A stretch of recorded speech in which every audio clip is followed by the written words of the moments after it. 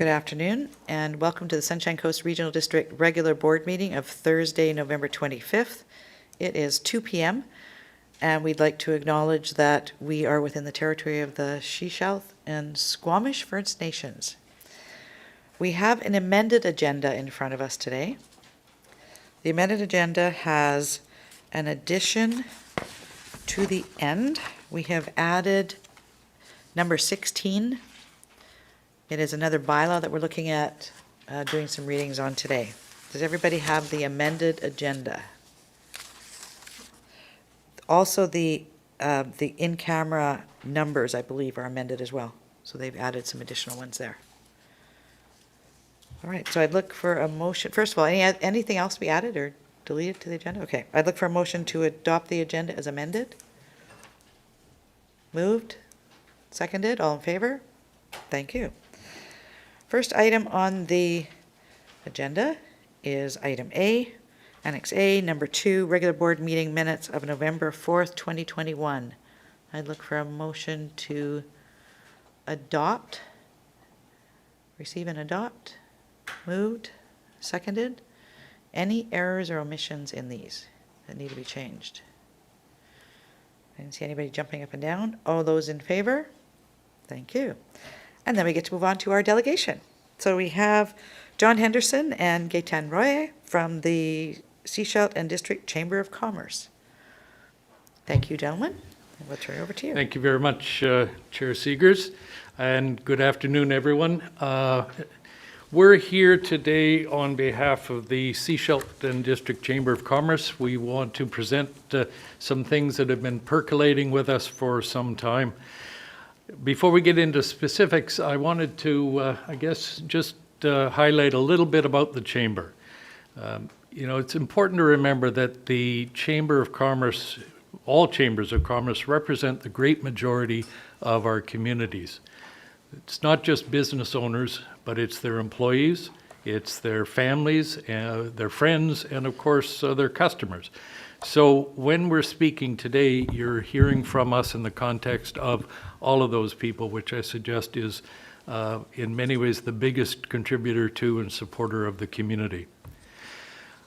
The Chamber is proud of our preeminent role as the proactive voice for business on the coast. For example, over the last 2 years, we've had over 50 events, remotely for most of them, of course, and in person when permitted. These include our Sea Level Rise workshop, which we held earlier this year with a group of national experts. A water supply symposium in late 2019. We've had numerous VIPs speak to us, including Chair Seegers and former Chair Pratt. All candidates meetings for both the federal and provincial elections, and most recently, the Building Community Summit, which we organized to bring builders, developers, investors, and consumers together to identify solutions to our current challenges. And I'd add, we've done this all on a budget of about $40,000 plus a lot of volunteer time. We continue to stand for, and maybe if I did this, you could see who's talking. Maybe not. Oh, no, the camera should kick in, but anyways. Before we get into the details, we want to appreciate all of you as elected officials. We do understand the commitment you make, and we appreciate your efforts and that commitment to the community. We know how hard it's been, particularly during COVID, and again, we want to acknowledge that. Of course, we're also here today to ask more of you. In late September, we sent a letter outlining our advocacy issues and the things that we felt you could focus on. But today we want to actually focus on 3 or 4 key items that we think are particularly important. And these are water supply, attracting workers, addressing the housing supply shortage, value for money in government, and what to do about other infrastructure issues. As we've always done, our goal is to provide proposed solutions It's easy to complain, and frankly, we ask anybody who feels like complaining before they do to provide their suggestions on how to address our issues. So I think the thing I want to emphasize is we feel we're in an emergency situation on many fronts. The obvious one is the events of the last 2 weeks, but you know, in an emergency you address things and you address them now. And you're going to hear me use the word now several times throughout this delegation. The Chamber believes that things are that changes in how things are being done by governments is vitally necessary. You know, we're building for the future. We're reacting to things that have happened recently, but really we have to focus on being flexible, more creative, and receptive to less traditional approaches to address all these pressing issues. Also, and it's not popular for some, we realize, but the Sunshine Coast is growing and we need it to grow. It's like the raging waters last week. We cannot stop the fact that we're a very popular destination for many, many people. Nor should we be. We need all kinds of people to help provide and maintain our quality of life. Among other things, our aging population means people are retiring, and those people need replacements. Without disclosing personal information, I talked to a fellow who has had a business here for over 3 decades, and he cannot find a successor. If he shuts down, this community has no service for the trade that he provides, none. So the only solution is for him to find somebody from outside, off coast, to come and live here and take over from him. And of course, as we all get older, we need more services. And those services have to come from newcomers, we believe. So we'll get into some details, and Gaetan will take over in a minute, but I wanted to just confirm these are the views that are supported unanimously by our members, the members of the board of the Seashell Chamber. So we'll get into 3 or 4 of them, and you know, I'm not very good at this, am I, Gaetan? There. So I've talked through a bunch of this stuff, but I think we'll go to the water supply. We're first to admit, we're not experts as the directors of the Chamber, or indeed most of our members. But we see that it's time to make some very bold decisions and address this issue. We know you've heard that many, many times. But it is our view that we need to increase our supply now. Church Road will help, but we need to deal with more than that now. And so in our view, we need to drill the well at Dusty Road. We understand it would provide a cost-effective source of water that can be brought online very quickly.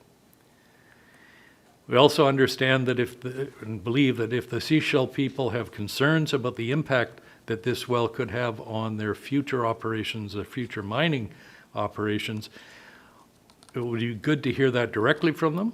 But in addition, down the road, when they're eventually ready to do such mining, we can turn off that well. By then, hopefully, we would have other solutions and other sources of supply. Second thing, we very much support the identifying and fixing leaks, both on private property and in water mains, and we acknowledge that the regional district has taken on board a recommendation that came out of our water symposium to get some leak detection equipment for detecting leaks in water mains. The Chamber supports using the reclaimed water, which I believe has been discussed at your infrastructure committee recently. We believe every solution, every creative solution that is available needs to be pursued, and we're particularly attracted to what we understand is the amount of funding that is available to do that work. But the key here is everything that we can do to increase supply now needs to be addressed. And longer term, we can get into identifying even bigger supplies to provide for the long-term growth. Second big topic is workforce. And I think everybody's showing up at a restaurant recently to discover it's closed for the day because they've had to put staff or give staff a day off to help them. They cannot find enough staff to keep restaurants and so many other services operating optimally. I can tell you that among our members, whether it's frontline, first responders, the service sector, healthcare, trades, caregivers, truck drivers, the list goes on and on. And for most of these situations, it's truly an emergency. The hospital in the laundry has been written about. They had problems staffing the laundry. The food service department is regularly short-staffed. And how can you run a hospital without food service? They need more people. But attracting the people is really a challenge because, well, we know about housing and we'll talk about that in a minute. But they also, every one of these trades, we hear about truck drivers, for example, everybody in Canada needs truck drivers. So the Chamber's view is that we have to recognize that we need more people here, but probably in Canada. But for now, we'll speak about the Sunshine Coast. We need people and we need to attract them, and the viable option seems to be immigration. But the problem with that is it takes forever to get approvals. The federal government, the immigration department has been woefully slow in approving applications. Some of our members deal with temporary foreign workers, and that's been a problem. For other positions like the skilled workers and caregivers and the like, it's unacceptably long, and we will be dealing and communicating with our MP and the ministry on this, but we call on you and ask for you to support us in those endeavors. Third, again, no surprise, we're short of housing. Facebook is full of applications or pleas from people, please find me a place to live. We need to do stuff, and it's wonderful. There are many projects that we're talking about in the future, but I know people that need housing on December 1st. A project where shovels will be in the ground in sometime in the next year doesn't help that family that needs housing in whatever it is, 7 days, 6 days. So we need to be aggressively creative. Like in an emergency situation when a road washes out, we don't wait for approvals, we don't follow old routines and procedures. People jump into action and get the road repaired. We suggest we currently have such an emergency. The lack of housing is critical. We strongly recommend that it is time now to relax the regulations and restrictions, encourage people to be creative. Try different things. If they work for a few people, great. At least it provides housing.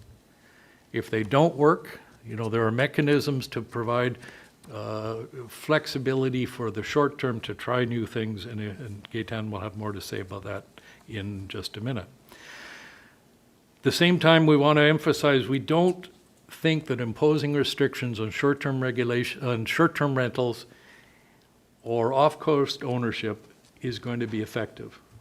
To impose restrictions is not likely going to increase the supply of housing that we need. A 5-bedroom home that somebody happens to own because they can afford to do so will not become housing that is effective in addressing the types of housing we need in our community. With that, I want to turn it over to my fellow director, Gaetan. Gaetan, for those who don't know, is a former city manager and an urban planner and developer, and on the board of the Chamber. So, Gaetan. Yeah, thank you very much, Madam Chair and Board, for this opportunity. I'll try to be as brief as possible. The Chamber recognizes that there's the role of the private sector in housing is somewhat misunderstood. Some think that the private sector cannot build affordable housing. And if there's one takeaway that I would like to impart is that the private sector plays an important role of housing, and that in successful affordable housing projects, private builders are treated as partners. Policies and meetings don't build housing. In the end, contractors build housing. So the private sector is involved in all along the entire spectrum, from emergency shelter all the way to luxury homes. There's projects that include space for nonprofit, including shelters. Those are private projects. I'm involved. Trellis is a private company that's proposing to build seniors housing in Sechelt. There's rental buildings, and I was asked a question yesterday. There's literally hundreds of rental buildings that are being built by the private sector, many of them in the Lower Mainland and perhaps here as well that I would not know about, but rental buildings that include a housing agreement whereby 10% of the units are below market, and those below markets are administered either by a nonprofit partner or administered by BC Housing or Metro Vancouver Housing. So the private sector can provide affordable housing. And there's a market rental access to within existing buildings, and I applaud the District of Sechelt for approving for considering, I can't talk about this, sorry, the public hearing has taken place. So sorry about that. And then there's strata buildings that include rent-to-own, again, a percentage of rent-to-own units, and that can all be regulated by a housing agreement that's discussed prior to approving the rezoning. So I will mention briefly, rent-to-own is a very successful program, and it is a life-changing program in terms of providing access to equity and home ownership for people who don't have a reliable have income coming from sources that are not considered a reliable income by banking institution. This might be a young family with 3 or 4 revenues. They work in the gig economy, and they are unable to show a regular paycheck as a source of income. And a rent-to-own program provides them with that access to both demonstrating they have the ability to pay a mortgage, but also helping them to build their down payment. I would like to mention that in SCRD, I think the biggest opportunity that exists is in the subdivision of existing lots and allowing, and in some cases, some lots are large enough to already accommodate 2 homes. If you could subdivide, allow owners to subdivide them, and that would require changing some of the data in the zoning bylaw. Allowing them to subdivide would create the opportunity for 4 or more families to live where 1 or 2 families live today, and create the opportunity as well for secondary suites and basement suites that are going to be, and there should be a streamlined process. One community has developed an amnesty program for secondary suites so that they could legalize all the illegal secondary suites and give peace of mind to people. So there's lots of opportunities for innovation in that area. Lastly, I'd like to point out that when someone comes to speak about a topic as broad as housing, given a couple of minutes or 5 minutes to summarize a few points, there's one possible reaction, which is to think we've been dealing with this, and these constructive recommendations are in fact a criticism of what we've been doing. The other attitude is to say, well, tell me more. And I've been invited to participate in discussions with the town of Gibson's planning department to basically pursue in a more open forum, a more collaborative forum, discussions of some of those solutions that have been presented last week at the Emergency Housing Steering Committee. So I thank you very much for your attention. I hope to answer your questions later on. There, thanks, Kit. And I'm aware you've got a big agenda today, and unlike yesterday where you were gracious in providing more time, I am grinning behind this.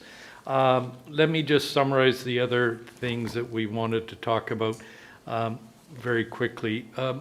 Candidly, our members are struggling to see that we've received results that justify the increases in taxes over the last few years. In this respect, we're talking about the operating budget. We do support the need to build reserves to fund and provide creative ways of developing our infrastructure and other capital projects.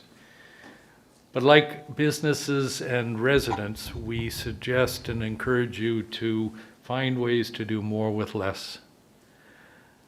We suggested yesterday at the District of Sechelt, and we suggest the same thing here. Perhaps you could challenge your management team to come back to you with a budget that contemplates a 5% reduction in taxes. What would that look like? What would have to be given up? And what could they do differently that would generate sufficient results without adding to the burden that so many of our members in the community are facing? Not for a minute do we want to imply we're criticizing the staff, but we are saying it's time, as we are all doing personally, to tighten our belts.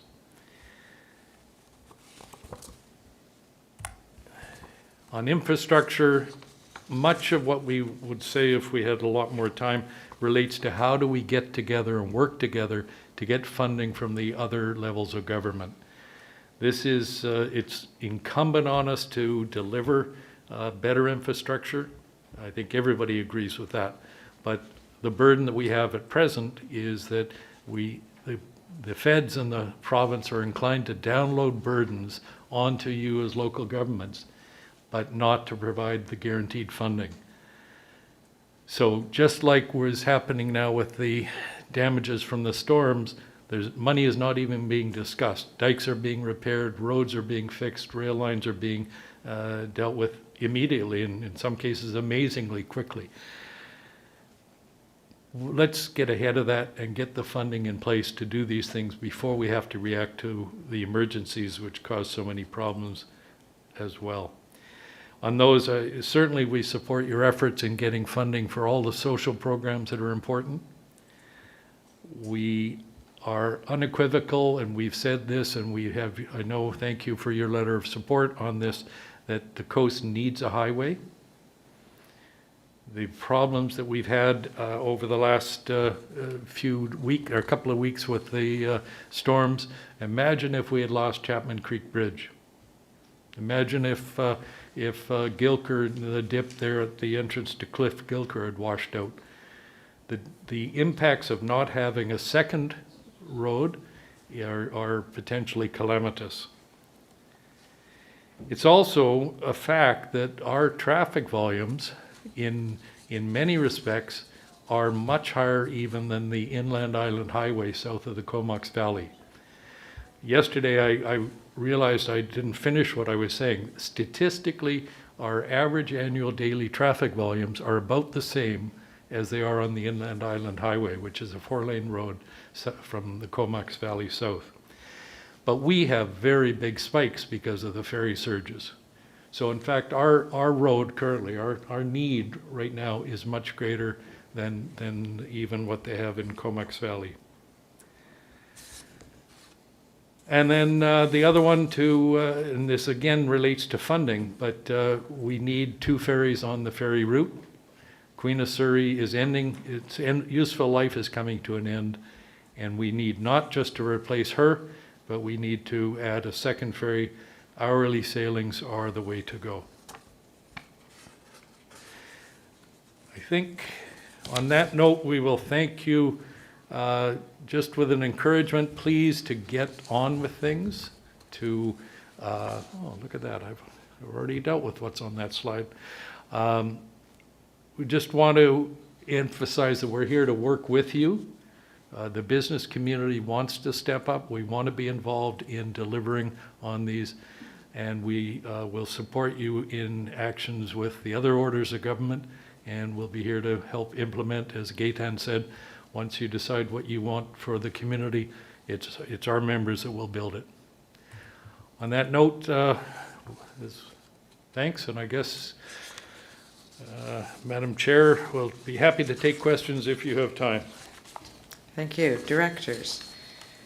And could you stop your sharing then too, Yes. please? Thank you. Thank you. Directors, any questions, comments for our presenters? Director McMahon. Yes, Gaetan, I would be very interested in a little more information on the rental amnesty program for illegal suites. What happens if those suites are not up to code? So the way this works is you announce that you want to legalize suites that meet safety standards. So you waive the fees, the application fee. You say you have 6 months to come forward and benefit from a fee waiver for your application. It starts with a visit by a building inspector, and the building inspector comes up with a list of life safety issues, interconnection of fire alarms, things of that nature, exits that are properly constructed. So there's a list handed over, and then when the applicant calls back, the inspector does a visit. If the work has been done, they get their legal secondary suite permit, their occupancy permit. If it's not been done, then they fall into the regular application program. They have to pay the fee because there's going to be further inspections, and they have to comply with all the regulation. So it's basically focusing on life safety. So I have a follow-up question to that before I go to Director Toth. So I guess the question I have is, if somebody comes and says, yes, I want to do this, but then they don't actually do it, is there a liability on the part of the municipality or the regional district, et cetera, because we know now it exists where we maybe didn't know before, but we know it's non-compliant. So I'm wondering what kind of legal position that puts us in. Do you know anything about that? Most municipalities have a compliance enforcement system.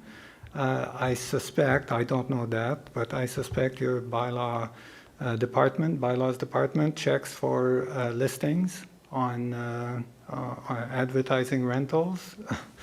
If they don't, then they know and they can do further inspections. The compliance, the fact that this process is taking place does not remove the force of your bylaw. You can still enforce your bylaws. Thank you. Director Toth. Yeah, I guess if somebody comes forward to start the process and then abandons it, we've always got notice on title that we can use as a tool. That's correct. My question, we've got a lot of properties that have higher density approved for them already, but the owners haven't acted on the density that's available to them for whatever reason. Did your industry roundtable come up with ideas for things that we can do to encourage those property owners to get on with it and build? Yes, and there's recommendations with that regard. In that regard, I think there should be, if the municipality wants to see housing built and wants to see gaps in the development, like a piece of vacant land in the middle of a developed area to be developed, there should be contact with the owner and to ask the questions, why aren't you building? And there should also be, when there's inquiries and then there's somebody who puts an option on the property, goes through a pre-application process and decides to opt out. Similar to what happens with your HR staff, there should be an exit interview There should be contact with that developer and say, what happened? What went wrong? And that contact should be done at the higher level of the organization.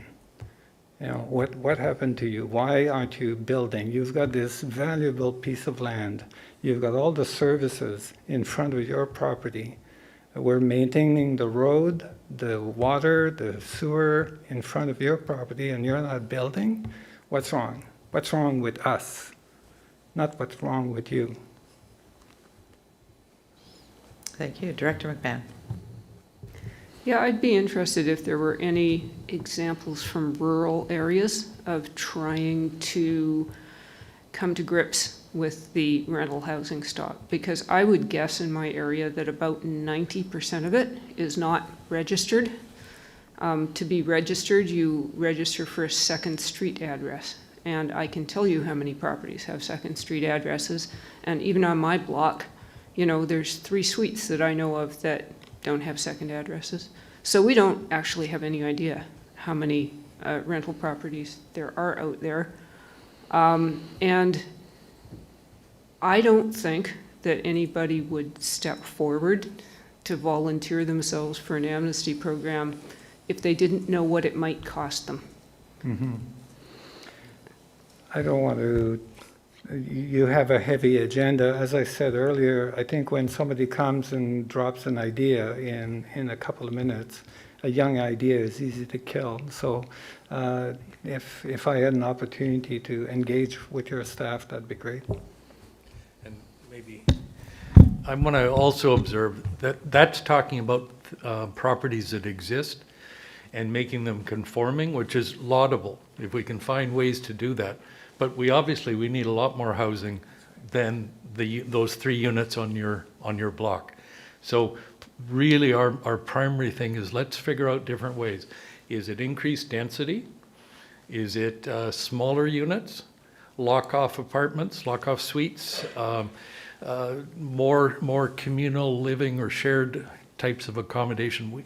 We need to get past the traditional routines to implement really novel solutions, because like I said, there's a family I know very well that's out of home in 6 days. And if the size of the issue seems really onerous, perhaps a focus on bus routes, properties that are within walking distance of a bus stop would be a smaller amount of properties to target, but inviting and encouraging people to actually take advantage of their basement and build a secondary suite. Thank you. Directors, any other questions or comments for our presenters? I don't see any. Thank you for your presentation. We appreciate you taking the time to put that together and come before us. Thank you. And we have made some notes, and I'm sure you'll be following up with us. Thank you very much to all of you. Again, on behalf of the Chamber, we appreciate so much how much work you have and how hard you're working, and wish you well. Thank you. Thank you. All right, we will move on to Annex B. First of all, a motion to receive all the reports and communications and the delegation materials. Thank you. Moved, seconded, all in favor? Thank you. Then we have the report, Special Corporate Administrative Services Committee, pre-budget recommendations. Any directors want to pull any of the recommendations?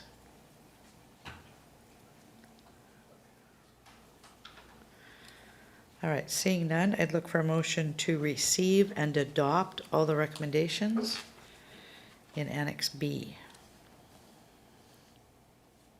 Moved. Seconded. Okay. All those in favor? Thank you. Moving on to number 5, Planning and Community Development Committee recommendations 1 through 12 of November 18th, 2021. Again, Director McMahon?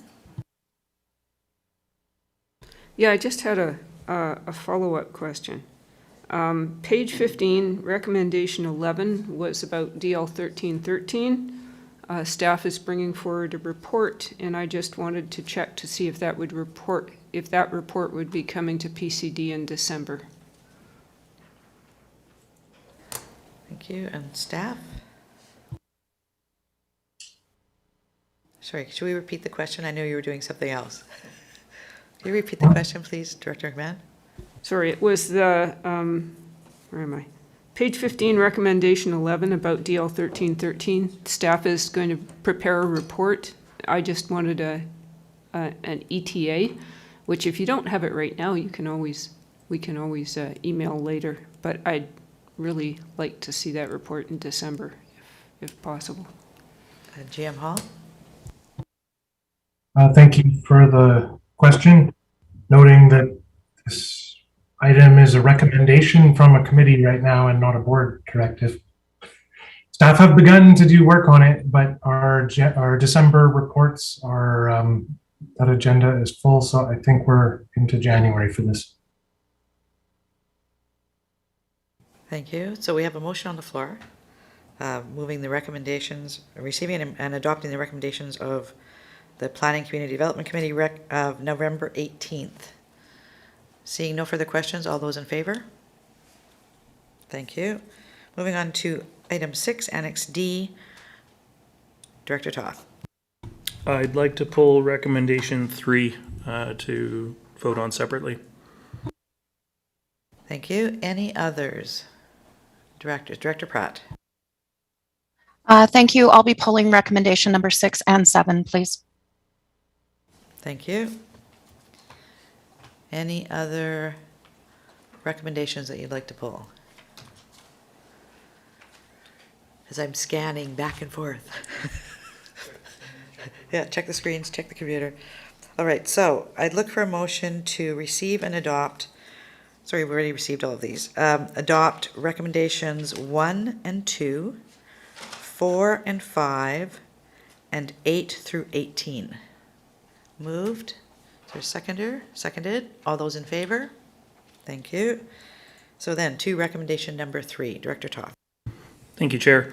Last week, we spent 18 minutes on regional water service user fees, but 37 minutes on our sewer rates. Directors approved a range of sewer rates, be it staff recommendations, $100 increases, or nothing at all. There's a bit of an irony, hypocrisy, call it what you want, that we spent so long on sewage plants that affect so few, but when it came to our regional water service, we just sailed right on through the recommendations.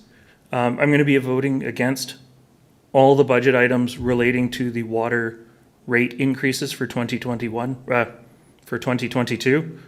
I said it before, if we need to increase the rates 15% or more in 2023, I'm all for it.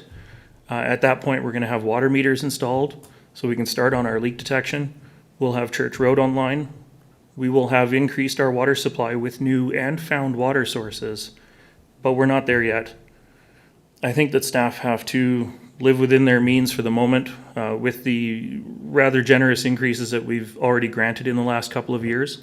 And I think that the public has been pretty clear about that as well. We know that our infrastructure has been chronically underfunded. We know that we don't have sufficient reserves. And we know that this is work that should have been started decades ago.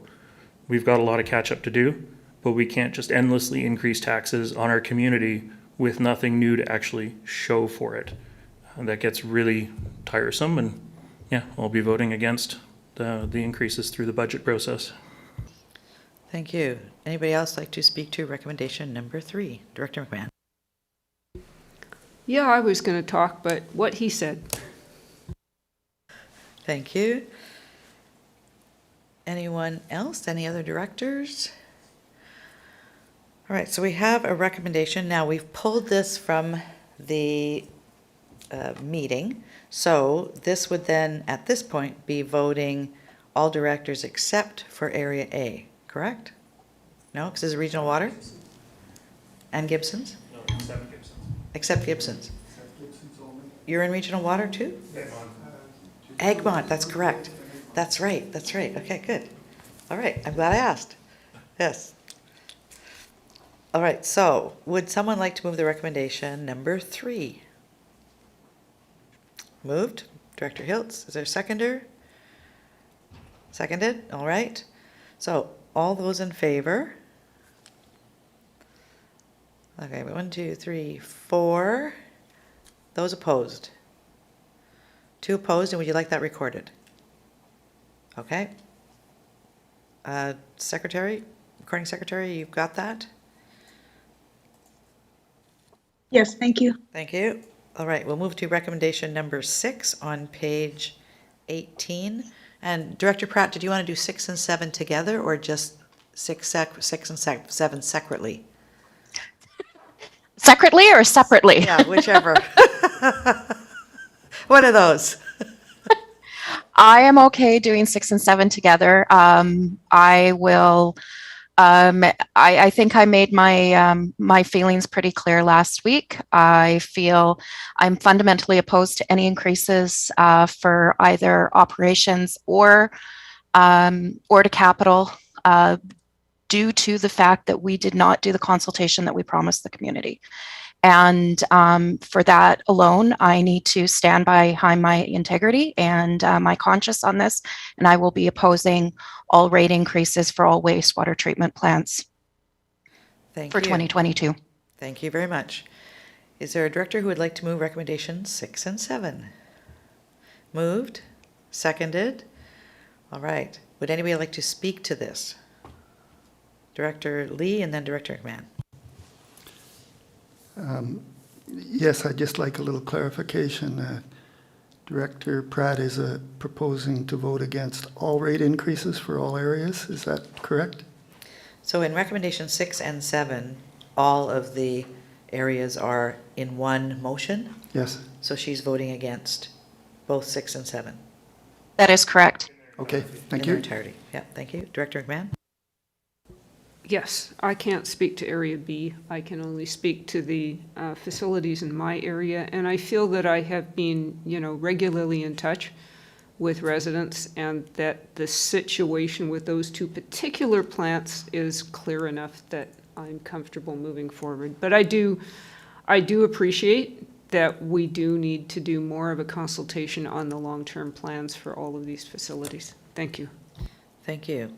So we have recommendations 6 and 7. Is there any director who would like to move these forward? Sorry, Director Pratt and then Director Lee again. Thank you. I just wanted, just as another comment, I understand, I appreciate. I'm actually not even fundamentally opposed to rate increases or capital increases. What I am opposed to is not doing the conversations with the community prior to going into the rate increases as we promised the community that we would. So I want to just be very clear on that. I was happy with the increases. I was happy with the rate structures. I am not happy with the way we approached it. Thank you. Thank you. Director Lee? Yes, I'd like to speak in support of Director Pratt in that I was disappointed the consultation didn't occur as I expected it to occur.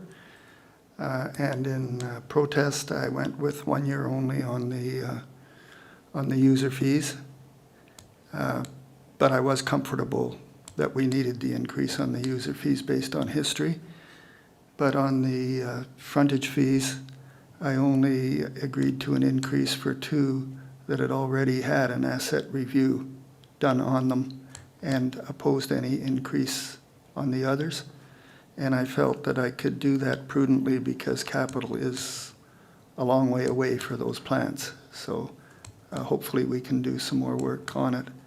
Again, I must stress I'm pretty comfortable that the staff has done their homework, but we need to do effective consultation. Thank you. So before we actually put these on the floor, I am assuming, I know you all do your homework, so I'm assuming that the numbers in the recommendations are accurate. I compared them against what we did at the meeting, and I think they actually reflect what we talked about, but I want to make sure that you're okay with what's in those. All right, I'm seeing nods. So I'd look for someone to move recommendations 6 and 7. Moved, seconded, and this will be voting all because it's individual. Is that correct? It's administration and operation of a service. I would say all electoral area directors would vote on this motion. Okay, thank you. So electoral areas only. All those in favor? So, and opposed? And would you like that recorded? Thank you.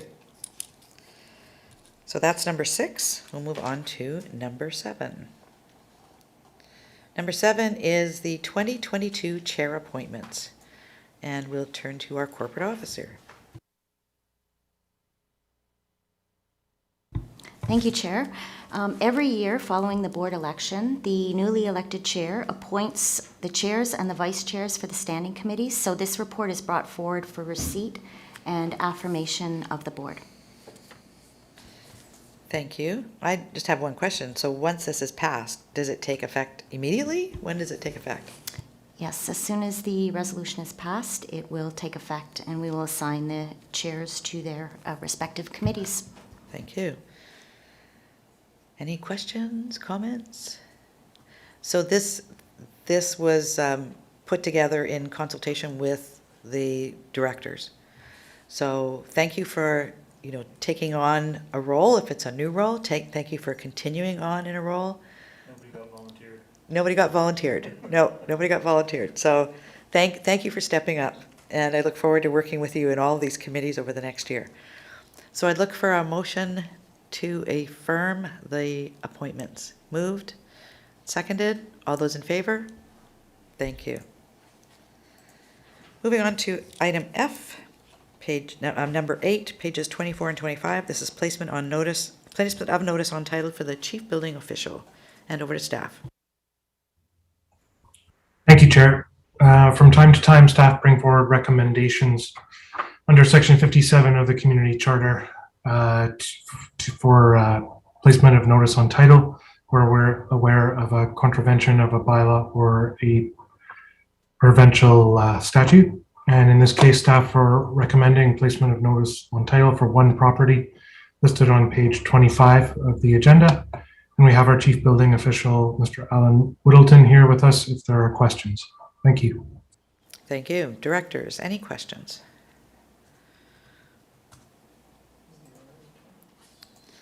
Yeah, I checked, there's nobody in the gallery, so we do not have the owner in attendance. Staff did not believe they were attending, but we did check, so they're not in the gallery. Any questions or comments by directors? Seeing none, there's a recommendation. Oh, Director Lee.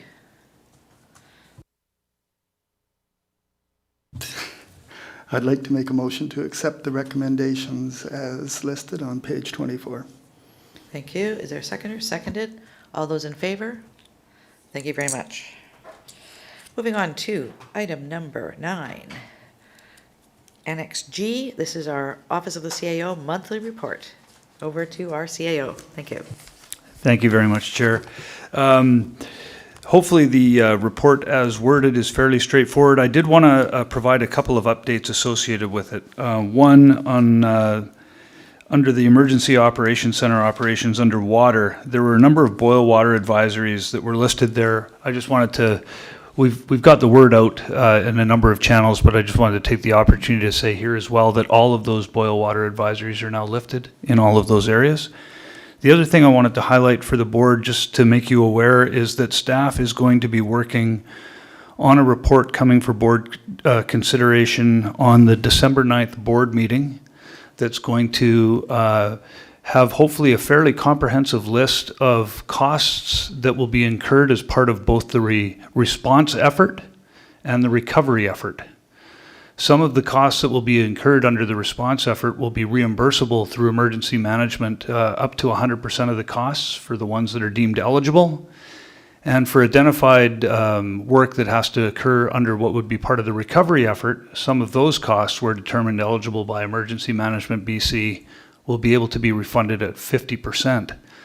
What's different between this response and, say, the drought response that was activated, we activated for seems like so long ago, but really just a short time ago, is there's damage that's occurred to SCRD assets that aren't directly related to, say, something like water supply.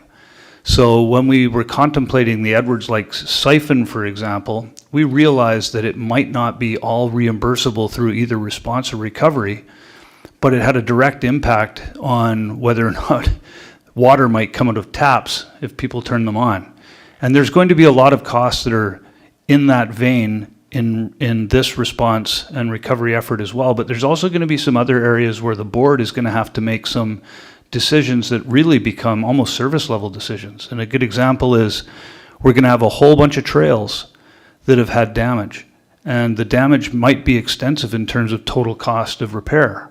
And the board's going to have to make some decisions around the cost of those repairs, how much of that may or may not be reimbursable, and whether or not they want to initiate those repairs or do something else. So we're going to work really hard to get a really thorough report together for December 9th, and we'll be bringing that for you for consideration. I just wanted to highlight it now so you knew it was coming.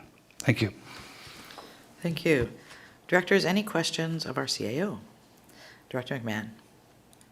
Yes, I look forward to the discussion on the 9th. In the meantime, there's been a huge amount of discussion in my area about stormwater, because much of the damage that has taken place is not, in fact, unforeseen. Much of it has been foreseen for a very long time, and we have failed to be able to take actions to prevent it.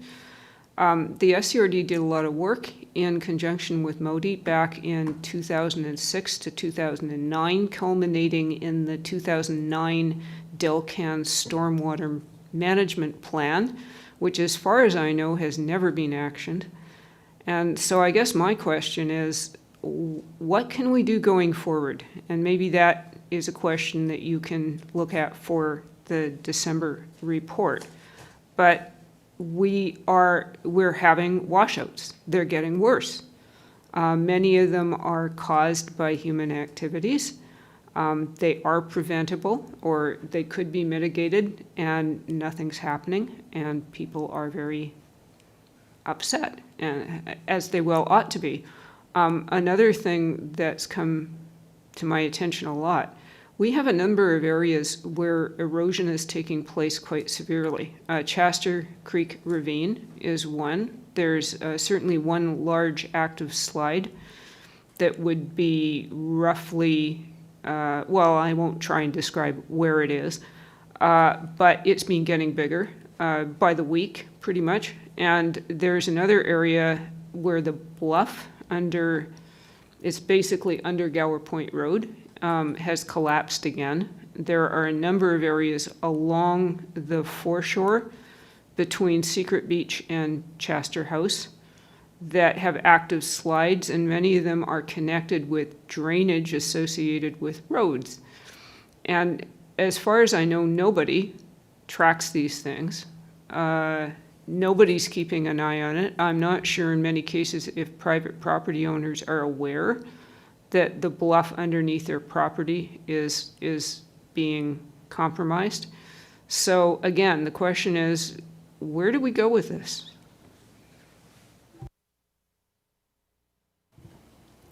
CAO, did you want to address that? A lot to unpack there. Much of it, however, is completely outside the purview or jurisdiction of the Sunshine Coast Regional District, as you know. So it's a complicated question. We had some discussions about this yesterday, just at an interjurisdictional meeting, and there's no easy path forward to deal with some of these issues, and some of them we can't deal with through the EOC as a result of this event, and we don't have jurisdiction to deal with it outside of this event. Could we have that, what do you say, Delcan?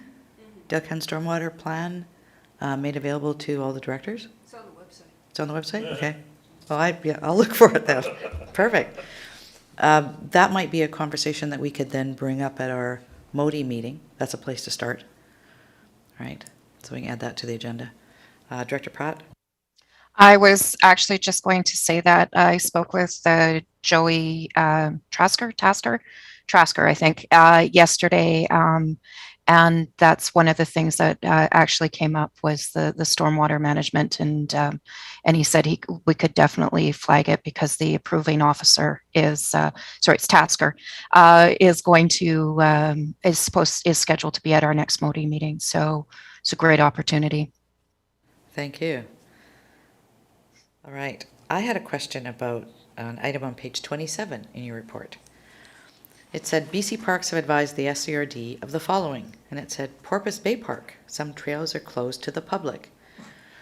I didn't know about that until I saw it in the report here. So how is that communicated? Or we just string up some tape or some ribbons or something in the park and not let people go on them? How do we inform the public?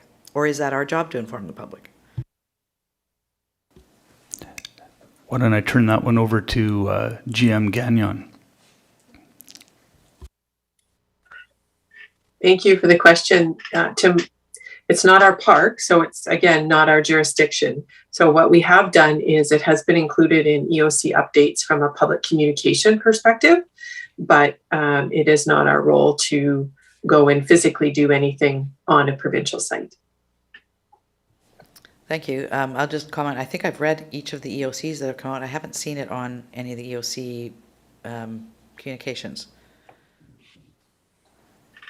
Thank you. I do know for sure it has been on it. It might not have been on recent ones, but Okay. I know that this is actually where part of Dean's report even comes from, is directly from some of the EOC communications. Okay. So, We'll have to go back. so I and can check certainly check in with our communications officer to see if we've received any more recent information about provincial parks and make sure that our EOC communication, maybe the next one, is updated. Thank you.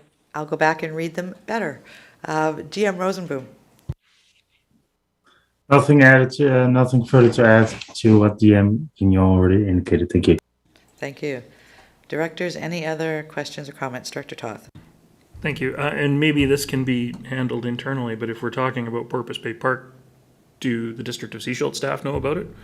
Because, yeah, this is the first time I was hearing of it too. So I don't know if that's something that our staff have passed on, or if perhaps the chair wants to pass on to the mayor. Good one. All right. Any other questions or comments about the CAO report? All right. Seeing none, thank you for the very extensive report. We look forward to, well, we don't look forward to, but we will welcome the report in on December 9th. So moving on to communications. Annex H, page 29 and 30. Any questions or comments? Director McMahon. Yes, I was wondering if somebody could translate this letter into English. I read it. It says in the third paragraph that the ministry has asked Recycle BC to better address this issue, which is allowing private operators that collect residential recycling to use the recycle depots. They have submitted a proposed plan amendment that the ministry is currently reviewing, which includes an equivalency definition that would allow eligible regional districts to join the Recycle BC program as contracted collectors. But aren't we doing that already? I completely fail to see how being a contracted collector with a PPP curbside collection program would actually meet the question that we asked. Yeah, I read the same paragraph and it doesn't actually address the question.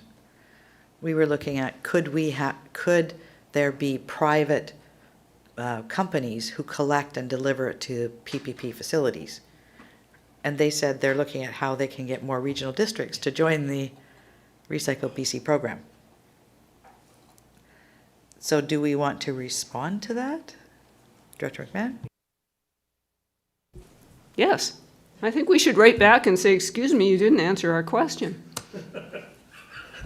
Would you like to make a motion to that effect? Yes, I would. Is there a seconder? All right, Director Toth, speak to that. You know, in rereading the letter again, in light of this revelation that I missed the first time, they also don't really address the asbestos question that we asked. They said, we're talking about an industry safety standards, working group. But that wasn't our question either. So I'd love for us to either the whole letter or make sure we mention the asbestos as well as part of that recycling response. So the motion could just be that the board recommends that a letter be written back to the minister in response to their letter requesting further information on both topics.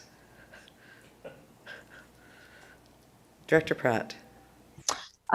Definitely agree with that.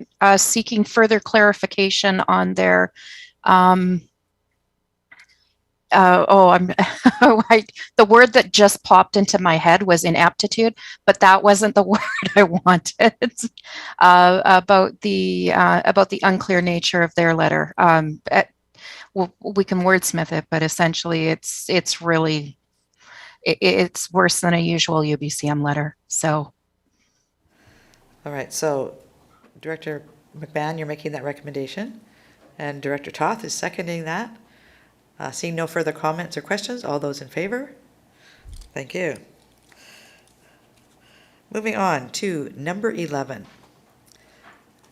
And this is with regards to the resignation of one of the Half Moon Bay Advisory Planning Commission members. Director Pratt.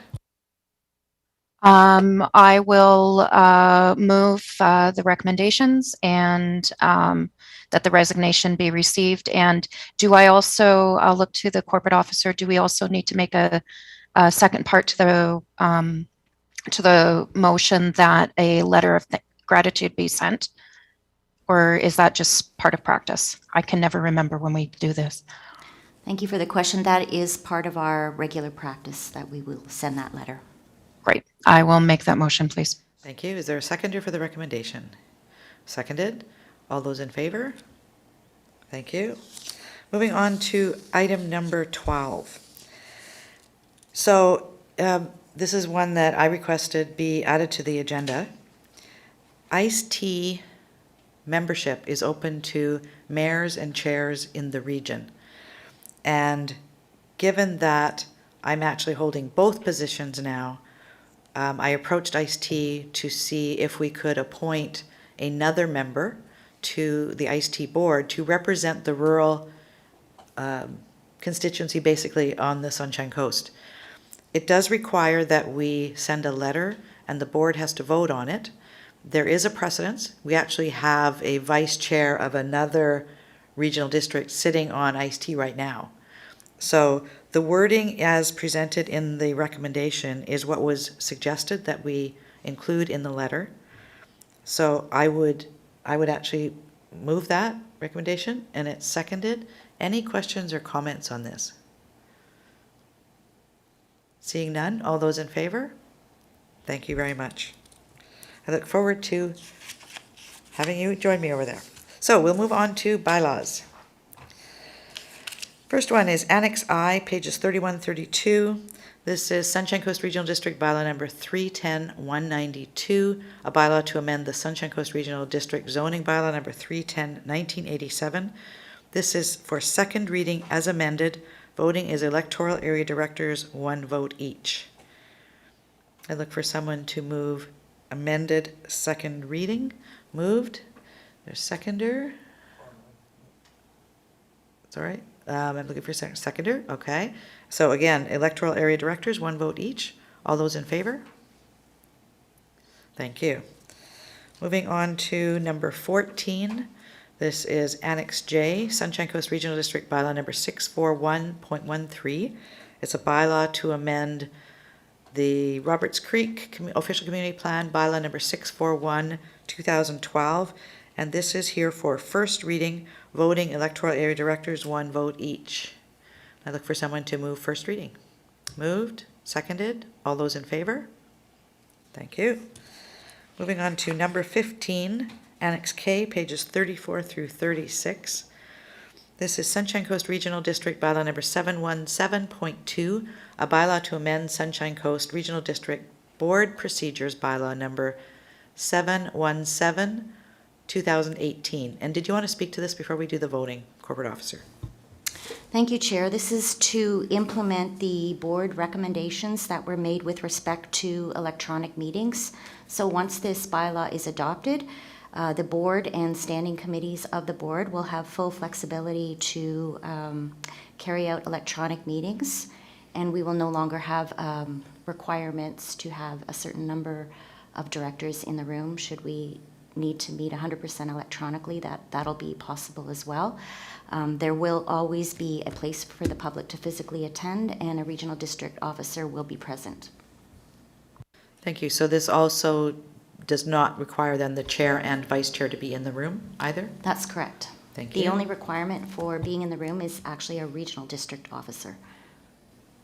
Thank you. Any questions or comments? Director McMahon. So where are we with advisory committees and APCs?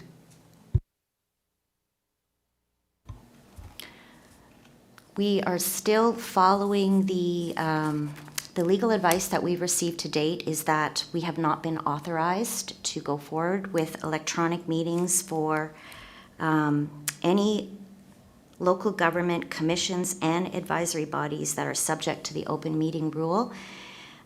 So I have put an inquiry forward just to determine what the risk of doing so is. In the provincial guidance, they're very specific about the meetings applying to elected officials.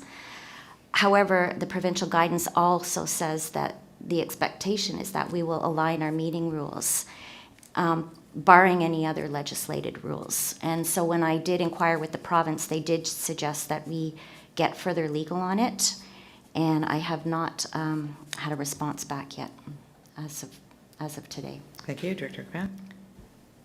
Yes, because these are not decision-making bodies. These are advisory committees. And frankly, my APC is not going to meet in person. So if I don't know what we do, if they don't have permission to meet electronically, essentially we'll be suspending the APC. And some local governments are actually doing that, and I believe, I did a scan. There is a range of approaches, and I do believe there might even be some legal advice contrary to this that has said it is a low-risk proposition. At this time, I wouldn't be prepared to recommend it, but it's up to the board to consider that going forward. I would encourage us to perhaps wait until our legal weighs in so that we clearly understand what the risks may be. And it may not be related to the decision making in particular. It may have to do with the open meeting requirement of these meetings and whether or not we're facilitating that. And we may need to put a little extra process around that. Thank you. Did you want to follow up? I just hopefully we'll be able to come to some conclusion before the end of the year so that we know what we're doing for next year. Thanks. So once we have some clarity around that, will we need to come back and revisit this procedure bylaw to make sure that it reflects what we need it to reflect? I believe so, because I have not implemented anything currently in the procedure bylaw that makes these sections applicable to those committees or commissions. Thank you. Any other questions or comments? All right, so we have before us the Sunshine Coast Regional District Bylaw number 717.2, and this is for first, second, third reading and adoption, voting all directors, 1 vote each. So, Director Hiltz? First reading? Move first reading. Is there a seconder for first reading? Second. All those in favor of first reading? Thank you. Sunshine Coast Regional District Bylaw number 717.2, a bylaw to amend Sunshine Coast Regional District Board Procedures Bylaw number 717/2018 for second reading. Moved. Seconded. All in favor? Thank you. And Sunshine Coast Regional District Bylaw number 717.2, a bylaw to amend Sunshine Coast Regional District Board Procedure Bylaw number 717/2018 for third reading. Moved, seconded, all in favor? Thank you. And then Sunshine Coast Regional District Bylaw number 717.2, a bylaw to amend Sunshine Coast Regional District Board Procedures Bylaw number 717/2018 for adoption. Moved, seconded, all in favor? Thank you.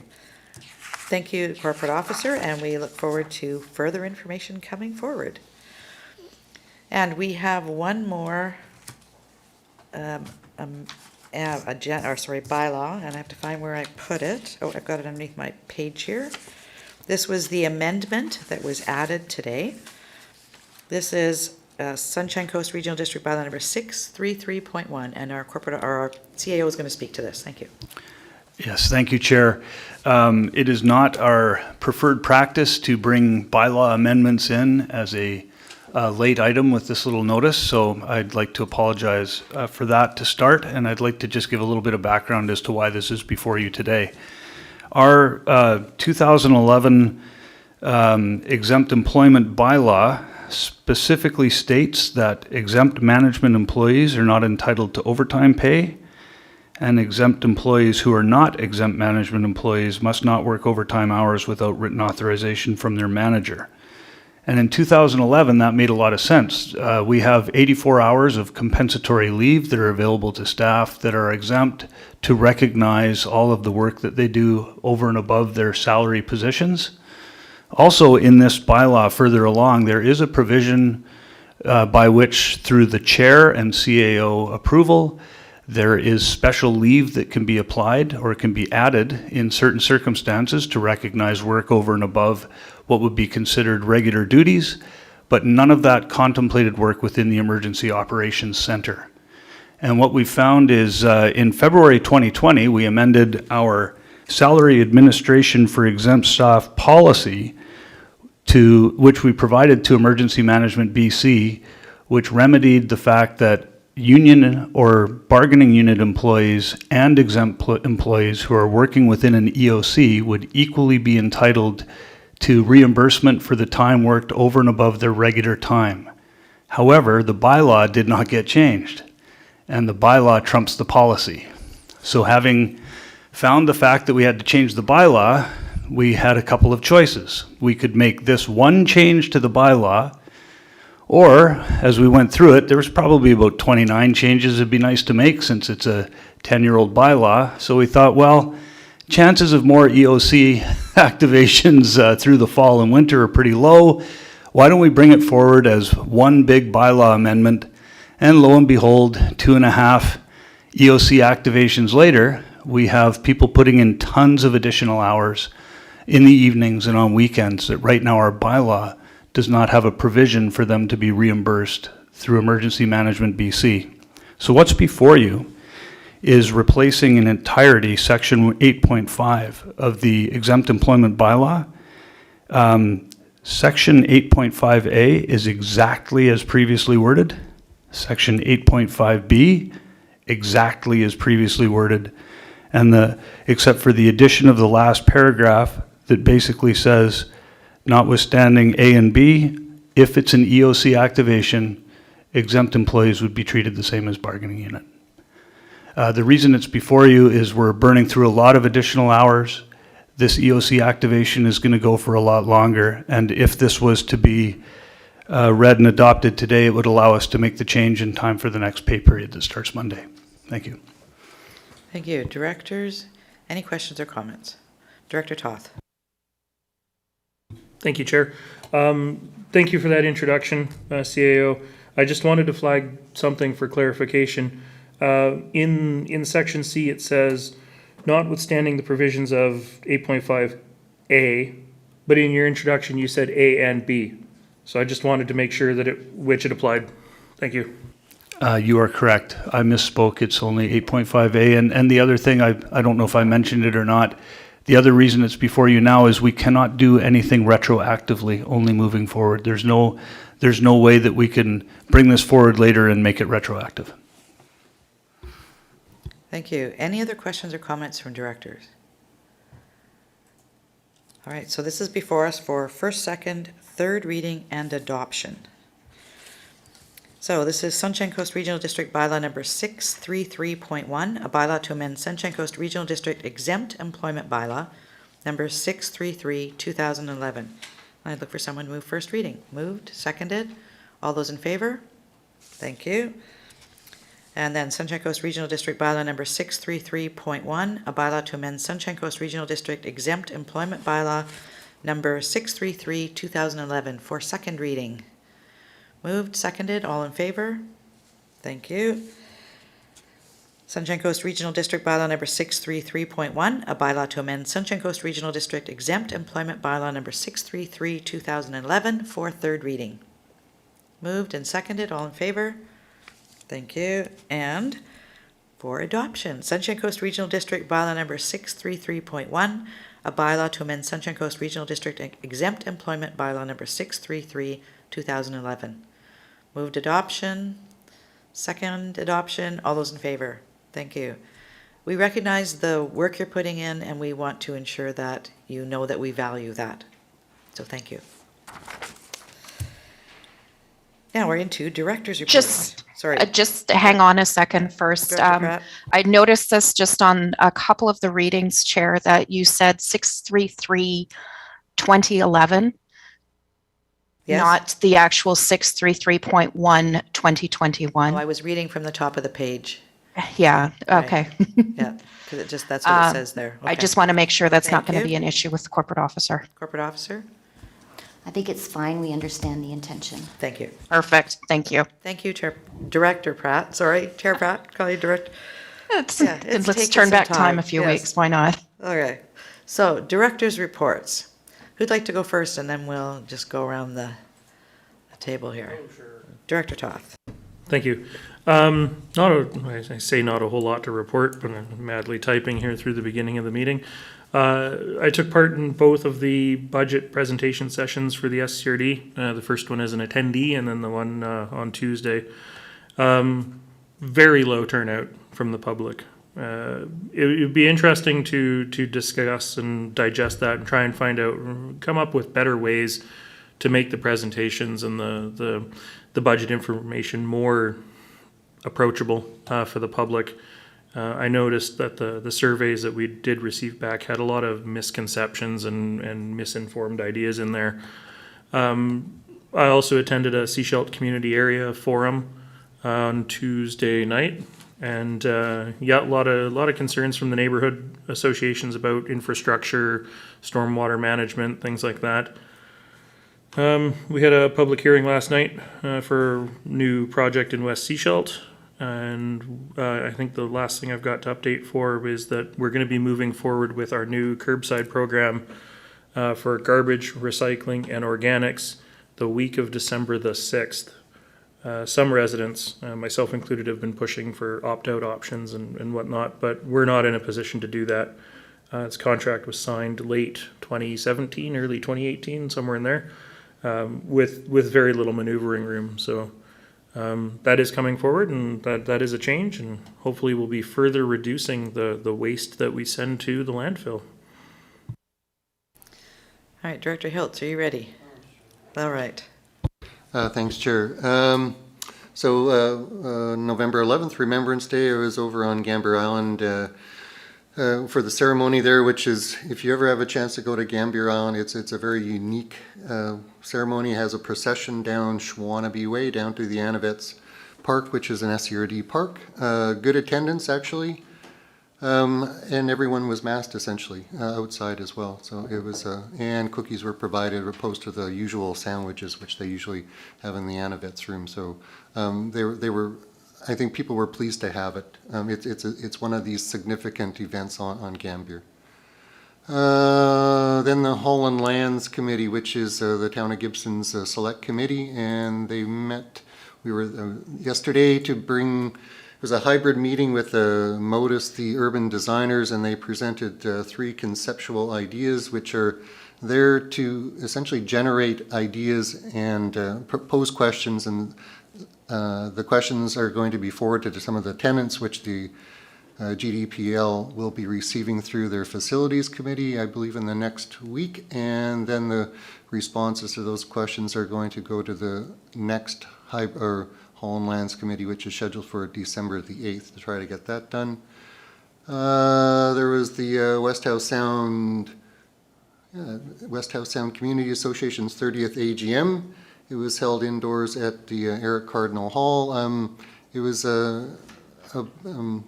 they scan for vaccine passports, which I think creates a sense of safety for the people who are attending. But there is definitely still uncertainty about people attending public meetings. That's pretty clear that people are still getting their feet used to re-engaging with people.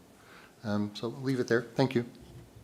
Thank you. We'll go down the table. So we'll go to Director McMahon and then Director Lee, and then we'll go to our virtual attendees. Okay, well, we all had the excitement over stormwater, flooding, decrepit infrastructure crumbling under the onslaught of floodwaters. I'm still collecting photos and reports of damage from around my area, and will undoubtedly have lots more to say about that later. I attended the Sunshine Coast Tourism AGM and Let's Talk Trash and both the budget check-in meetings. I sent an email to the rest of the directors. Climate Caucus recently held a 1-hour panel discussion on how developers and local elected officials can work together to transform new and existing buildings to reduce CO2 emissions. So I thought it was quite interesting. And you can watch it on Fast Forward, of course. It's a 1-hour panel. And I attended a UBC lecture on decolonizing history, and I went to the track AGM last night. So there's been quite a bit going on, very little of it in person except for flooding. Thank you, Director Lee. Thank you, Chair. We actually had an in-person APC meeting last night, and it was quite successful. But my APC members continue to wonder why so many were canceled. But I couldn't provide any further insight into it because all the minute meetings of the planning committee are forwarded to them, so it's all explained there. The other thing, there was a Hallowell Road referral, and it was quite interesting. We had an on-site visit, and it was nice to see such a respectful owner and doing the best for the lake and for the site. And he was very, very diligent in actually making the house smaller so he didn't have to chop a tree down even. So it was a very uplifting visit, actually. We had some... I did wonder why we couldn't have a Zoom in the in-person once we had a quorum present. But we used the telephone conference to get it done. But that's something we should look into in the future, because I could have Zoomed my PC and they could have attended that way. But anyways, that's something to look at in the future. And we had quite a bit of stormwater flooding in our area, but it was mostly just because the lakes got so full and run over the road. And there's nothing you can do. You can't drain it once it does that. So that was interesting, but I drove around with my truck and you could drive through everything, so there was no big panic. And I also noted that our regional district water people were on site looking after things for us, and it was quite nice to see them being present. Some Modi culverts were blocked, though, and they weren't cleared for days, but luckily the road was not that deep, it was like 6 inches or so, but I was a little surprised it took so long to clear the crossroad culverts. Finally, some local residents went out and did it, and then they carefully observed that no one would slow down while they were clearing the culverts, so they splashed them. Kind of a strange way to react to some people helping you. Anyways, that's my report. Thank you. Thank you. Director Pratt? Pretty short report. I attended the budget sessions, and I just went to check how many YouTube views we've had. About 30 on each, just under 30, just over 30. Honestly, that's having the accessibility of the YouTube. Even if we don't have the live attendees, if you look at the history of budget presentations or across the coast, I'd say that's still pretty good. And it's there for going forward for people to go back and make reference to. So otherwise, my APC this week was canceled, just not able to have quorum in person. and trying to reschedule it for in a week or two and see if that works. But there is some discomfort amongst my APC about meeting in person still. So they will keep trying and go forward. And that's all I've got. Thanks. Thank you. Director Beamish? And you'll need to unmute, Director Beamish. Thank you. I was away in Ottawa last week, and I know Director Kroll sat in for me, but it was a good trip, fast trip, good to meet future in-laws, and that was really the whole purpose of going back there. Yesterday or today, I guess we opened up a extreme weather drop-in in the Marine Room, which is just adjacent to the museum in Gibsons, and that's for people who want to just get out of the weather on extreme weather days. It's not the shelter, but most of the people will actually probably come from the shelter to that facility to get dry. There is a shower facility in there, but because it's only going to be used for extreme weather days, it's not going to be generally available. And we would still like to see the recreation facilities provide access to the showers for the homeless people. I don't know how we do that. There's not that many in Gibsons. I think in the shelter itself, we have 8 people, room for 8 people, and I think they're used, but we probably have 15 people in Gibsons who would need that kind of service. A big part of another thing they need actually is a place to dry their clothes. Everybody's wet shoes, wet boots, wet socks. Wet clothes. So finding a way to do that, but at least the ability to have a warm shower would be good, and without cost, because we're not talking about people who have a lot of money jingling in their pockets either as they wander about. So we are providing that right now on extreme weather days. But if there could be arrangements made with the recreation to have them access the shower rooms without cost at the recreation facilities, the pool and or the rec facility there, it would be ideal. We are dealing with our senior staff. Yesterday, or Tuesday rather, coming back from Ottawa, I met with senior staff just to revisit the recent storm event that we had, how we fared. We did not have any damage to report. But that doesn't mean we could not be vigilant, because what I asked them, I said, well, where are the potential weaknesses that might have come to light as a result of the storm?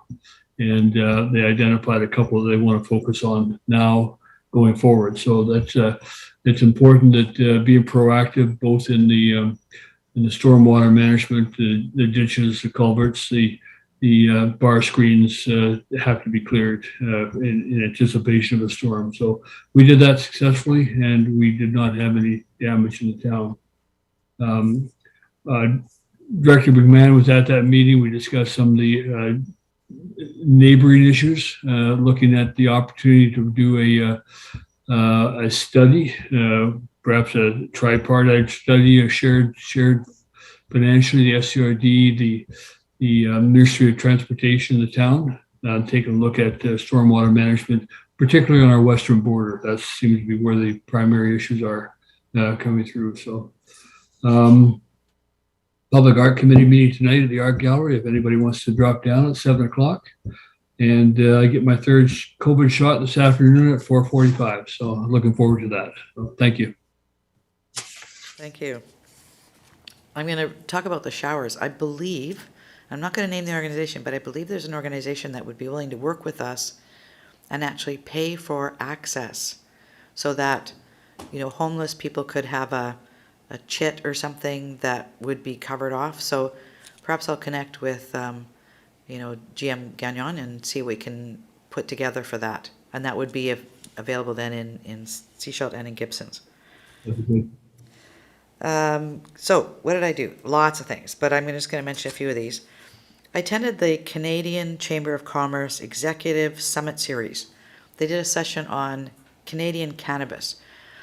I've been trying to figure out, where we are on all the different types of cannabis, the medical cannabis, the personal cannabis, the federal government's website is very difficult to maneuver through.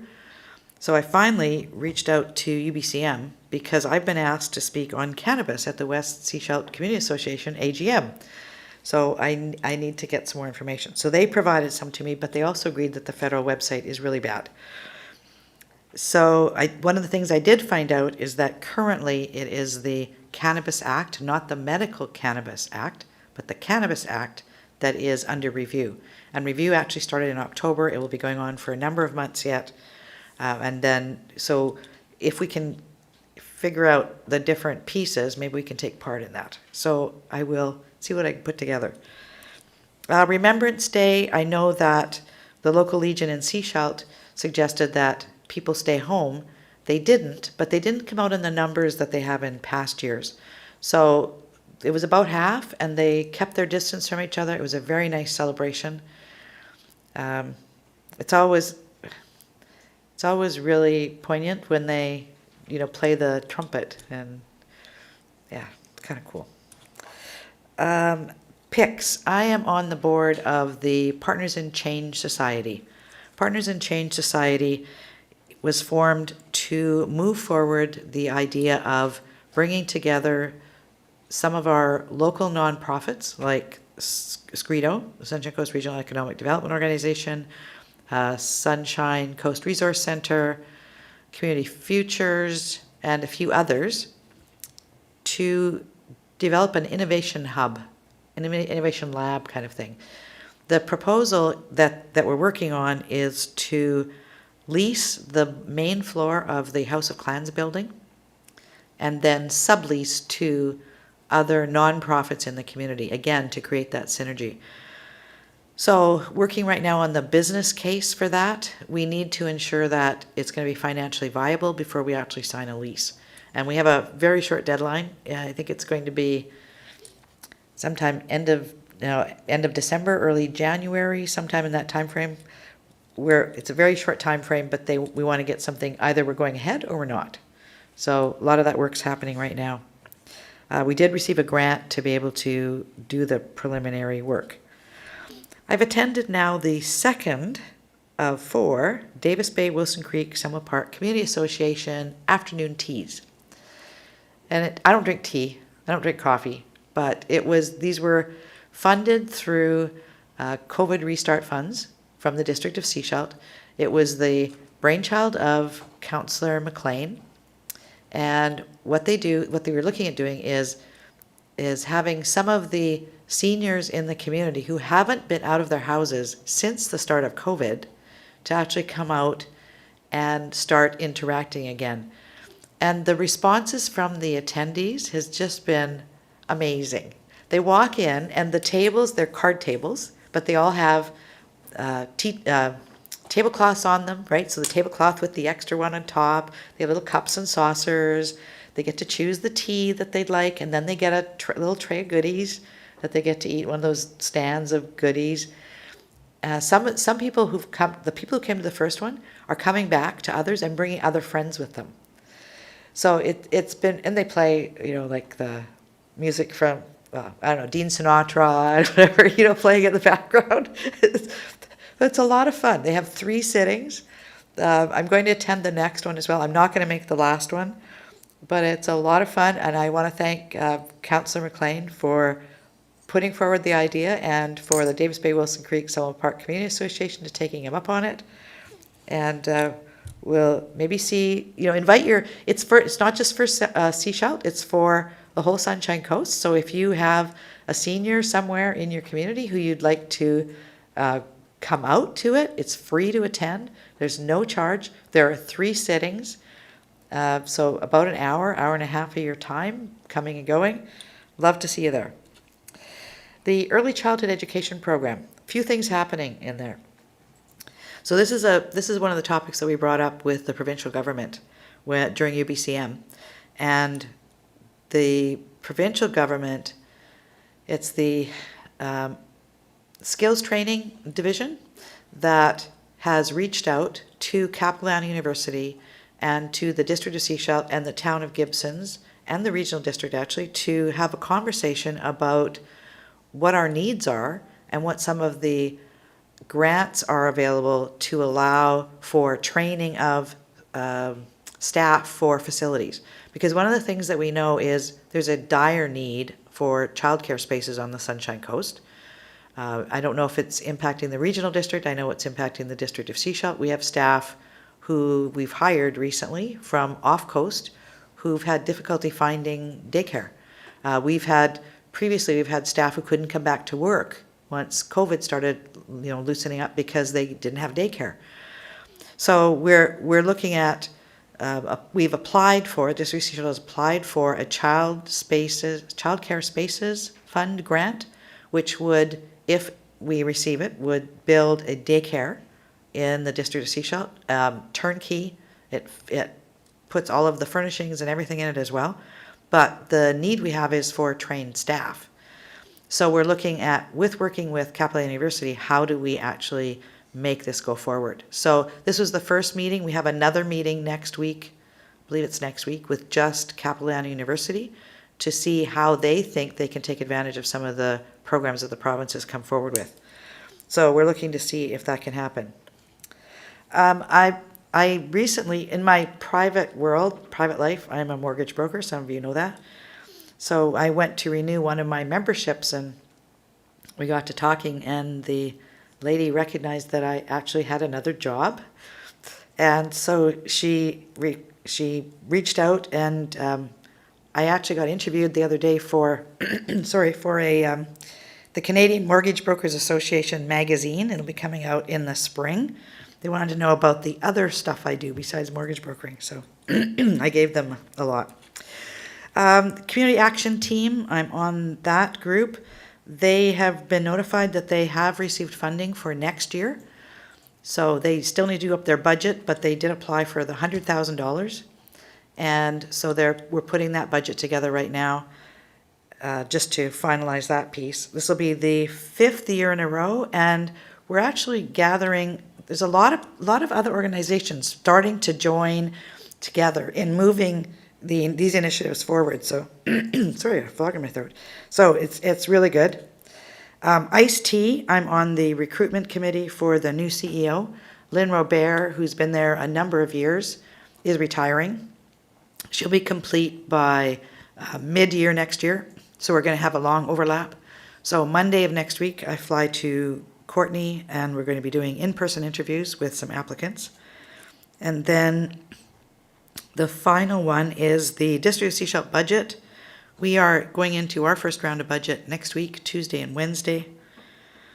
I have something else here, but I don't know what I wrote. So I think that's it. Thank you, everyone. And is there any new business? No new business? Moving on to a motion to move in camera, and this is amended. So I'd look for a motion to that the public be excluded from attendance at the meeting in accordance with section 90, subsection 1, A, G, K, M, and subsection 2, B of the community charter.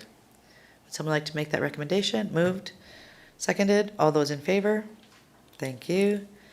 And we have no attendees. Now, directors, would you like a short break before we go into this? Okay. It is 3:38, so that's, how much time do you want? 3:45. 3:45? Sounds good. Thank you. See you back at 3:45.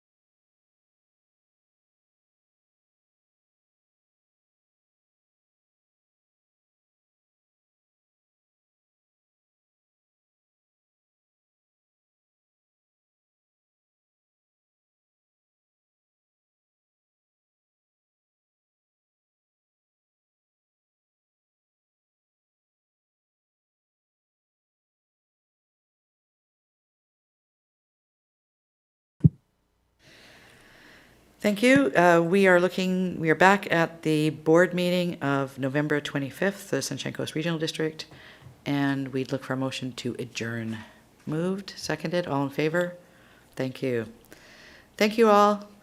Have a fabulous night, and we will see you next week.